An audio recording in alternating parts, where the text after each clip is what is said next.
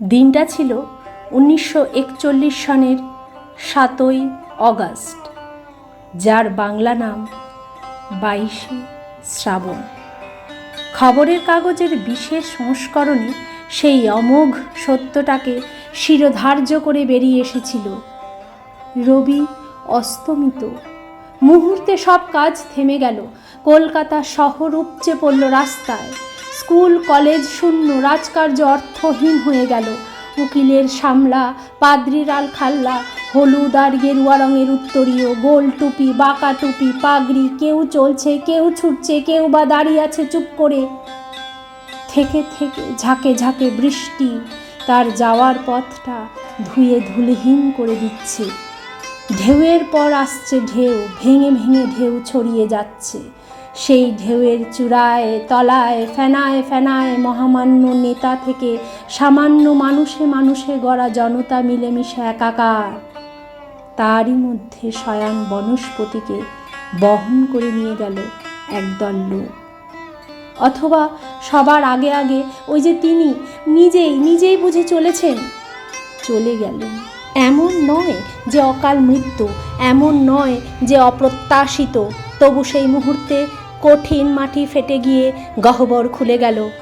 রবীন্দ্রনাথ নেই। কে আমাদের ভালোবাসবেন, শাসন করবেন? কাকে আমরা উত্ত্যক্ত করব সেই সব তুচ্ছ দাবি নিয়ে, যা শুধু তারই হাতে রত্ন হয়ে উঠত?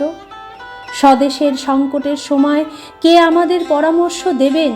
তর্কযুদ্ধ মিটিয়ে দেবেন কে? জগৎটাকে এনে দেবেন আমাদের দরজায়। আমাদের নবজাত সন্ততির নামকরণ করবেন। আমাদের জীবনে ও প্রতিষ্ঠানগুলিতে অর্পণ করবেন স্বীয় মর্যাদা। এতক্ষণ শক্ত ছিলাম, না পারছি সদ্যসৃষ্ট শূন্যতাকে পূরণ করতে, না আছে শক্তি, তবু শূন্য শূন্য নয় বলতে।